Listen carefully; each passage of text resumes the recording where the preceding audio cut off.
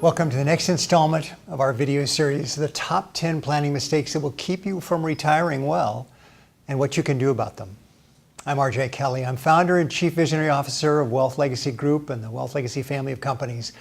And my passion for creating this series comes from my 30 plus years helping clients as a fee-based independent registered investment advisor, chartered financial consultant, and retirement income certified professional.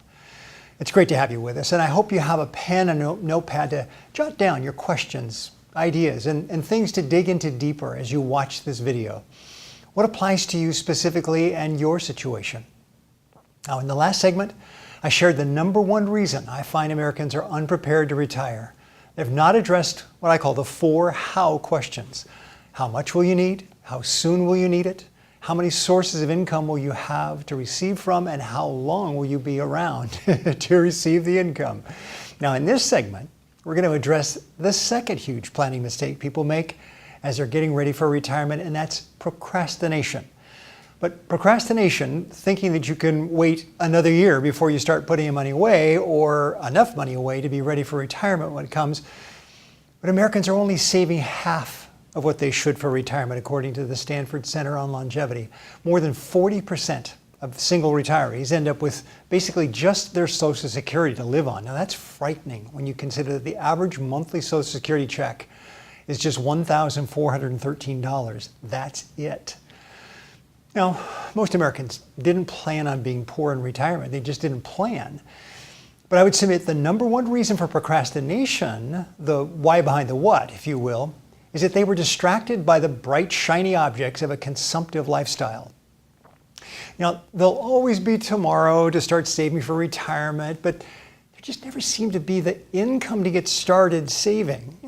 What's it going to hurt if we wait another year before we get started on putting money away for retirement is the usual question. Now, we'll look at the math on that before we finish this segment, but let's just look at a few of the bright, shiny objects that get in the way. So where does the money go? Cars.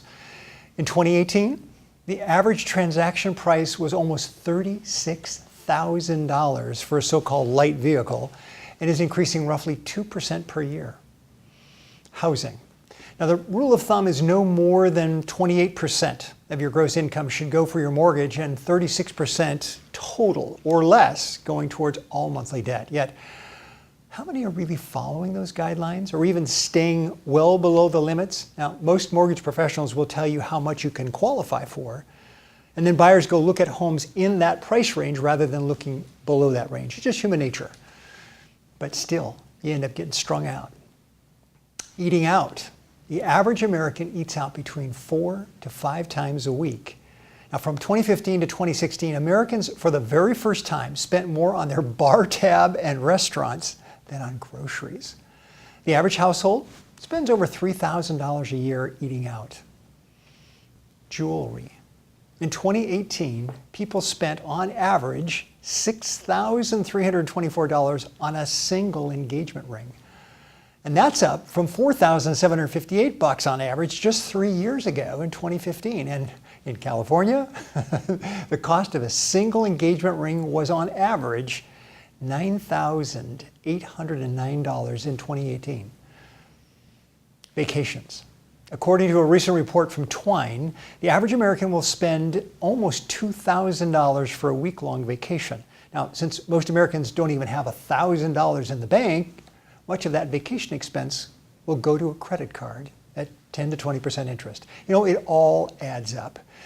So if you have all you need in your retirement accounts, God bless you, or if you're on track with your margins, then spend away.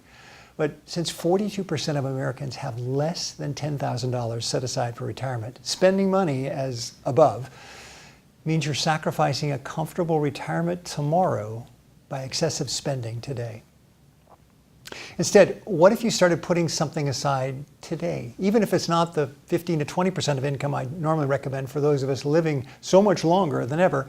But the studies show that the number one commonality researchers have found in people that have retired well is they developed what's called a positive addiction to saving money. We usually just hear about the negative addictions, but there are such things as positive addictions too. So one example is the act of saving money. It's not so much how much money that we set aside as it is the act of setting money aside in long-term accumulation that will allow you to retire successfully. And the sooner we start, the less it takes to build up a really significant nest egg. For example, if someone at age 25 began setting aside $286 a month and earning normal stock market returns, they'd have $1 million accumulated by age 65. Now that ignores taxes on the earnings, but if someone waited just 10 years and then started saving the $286 a month, so age 35, by the age of 65, they'd only have $427,000, less than half. In fact, even waiting just 1 year before beginning to set aside the $286 a month in the example costs over $80,000 in lost accumulation in the last year. $80,000 by just waiting 1 year. So for those of you trapped by the shiny babbles of excessive lifestyle or having too many days left over after running out of income, what can you do? And trust me, again, I've been there in the past too. So there's a saying to inspect what you expect. Inspect what you expect. It's a common phrase. And let's just use an example since many people want to lose a couple extra pounds.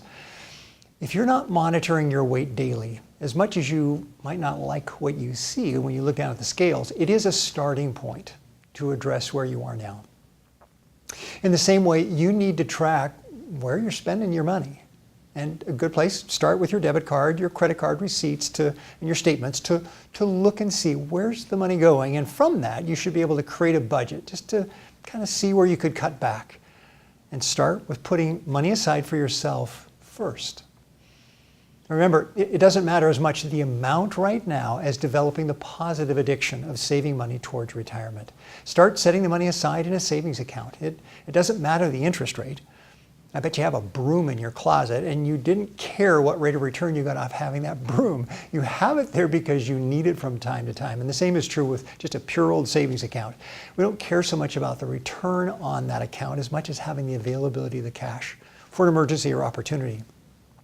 Now, ideally, you want to eventually get to 3 to 6 months worth of expenses set aside in that cash account. And the more unpredictable your work or income, the more months you need to build towards. I have some commercial real estate clients that have 1 to 2 years worth of income set aside because they don't know when their next payday is going to be, and they're a long time out sometimes. Now, as you look at your budget, as it starts to emerge and you start finding places to cut expenses, how much money can you start setting aside? Now, one suggestion, if you have a 401k at work, is that you start setting aside 2/3 of your savings dollars towards that plan, especially if there's a matching contribution from work. The other 1/3 of the money that you've identified that can go for long-term can go towards one of the hybrid life insurance contracts that use indexes such as the Standard & Poor's 500. Now, don't design it for death benefit, but instead design it so that you have the least amount of death benefit that IRS allows, and instead have the bulk of the money building up in the cash values, and that goes towards these equity indexes, the S&P index, for example, S&P 500. And what that does is it gives you money to draw upon if you need it for an emergency or opportunity, which will always arise and usually when it's least expected. We want the money to be out of reach, so you're not tempted to spend it needlessly, but still accessible if you truly need the money and you'd rather get that than charging your credit card. Now, it's going to take some time to change habits. In fact, it's not 21 days, as is often thought. It is, in fact, more likely 65 days to change or make a new habit. But another thing to consider is paying cash when you buy groceries or maybe when you eat out. Other places where you would use your credit card or debit card without thinking. And a study by Dun & Bradstreet found that people spend 12 to 18% more when using credit cards instead of cash.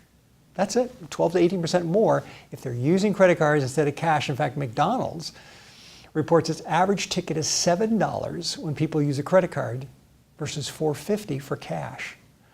It may not be as convenient to carry cash, I get that, but there is a pain factor, there's an ouch factor when you're laying out those greenbacks that just doesn't occur when we're using plastic. So bottom line, you need to know, first of all, where your money is going if you don't have a firm handle on that. And Don't be surprised if you're spending a lot more in various categories than you thought. On our website, we have some simple budgeting forms to start tracking your expenses, and armed with that information, we can then start looking at where you're overspending. And again, bear in mind that you should be putting away roughly 17% of your income per year to achieve an amazing retirement. And the sooner you get started, the less you'll have to put away overall. You get the benefits of compound interest going to work for you. Still, don't put off setting money aside now, even if it's just $50 or $100 a month. Remember, the number one characteristic of those successfully retired is that they consistently put money away over time.